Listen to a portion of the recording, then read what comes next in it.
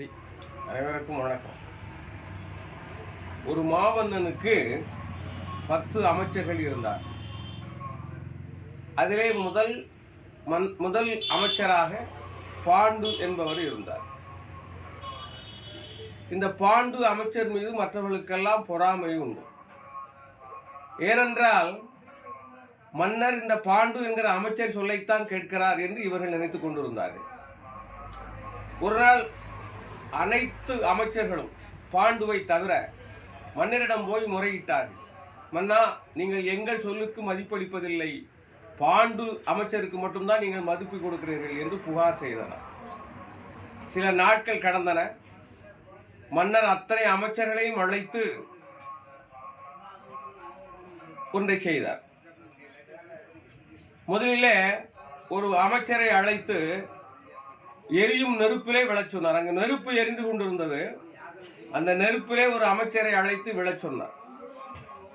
இந்த அமைச்சர், மன்னா, நெருப்பில் விழுந்தால் நான் செத்து விடுவேனே, இறந்து விடுவேனே, என்னை எப்படி நீங்கள் நெருப்பில் விழச் சொல்வீர்கள் என்று மறுத்து விட்டார். இப்படி ஒவ்வொரு அமைச்சராக அழைத்து நெருப்பிலே விழு என்று சொன்னார் மாமன்னர்.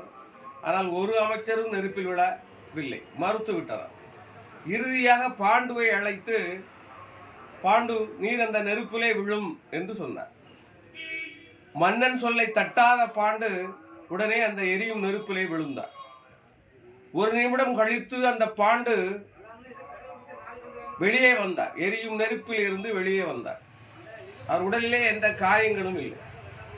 இப்போது மன்னர் கேட்டார், பாண்டு, நீர் எவ்வளவு துணிச்சலாக இந்த நெருப்பிலே விழுந்தீர், இதற்கு என்ன காரணம் என்று கேட்டார். மன்னா, உங்கள் மீது கொண்ட நம்பிக்கை தான் காரணம். நீங்கள் என்னை சாவதற்கு அனுமதிக்க மாட்டீர்கள் என்று எனக்கு தெரியும். எனவே அது உண்மையிலே எரியும் நெருப்பாக இருக்கவே முடியாது. அது எரியும் நெருப்பை போன்று தோன்றும் ஒரு மாயை என்று நான் உணர்ந்தேன். எனவே உங்களின் ஆணைப்படி நான் நெருப்பிலே குறித்தேன் என்றார் பாண்டு என்ற அமைச்சர். இப்போது அந்த மாமன்னர் பிற அமைச்சர்களை பார்த்து கேட்டார், இப்போது புரிகிறதா நான் ஏன் பாண்டு சொல்லை கேட்கிறேன், அவனுக்கு அதிக மதிப்பளிப்பு கொடுக்கிறேன் என்பது இப்போதாவது உங்களுக்கு புரிகிறதா? அவர் எவ்வளவு அறிவுபூர்வமாக செயல்படுகிறார் என்பதை உணர்ந்து கொள்ளுங்கள் என்று மாமன்னர் சொல்ல, மற்ற அமைச்சர்கள் எல்லாம் வெட்கத்தோடு அந்த இடத்தை விட்டு நகர்ந்தனர்.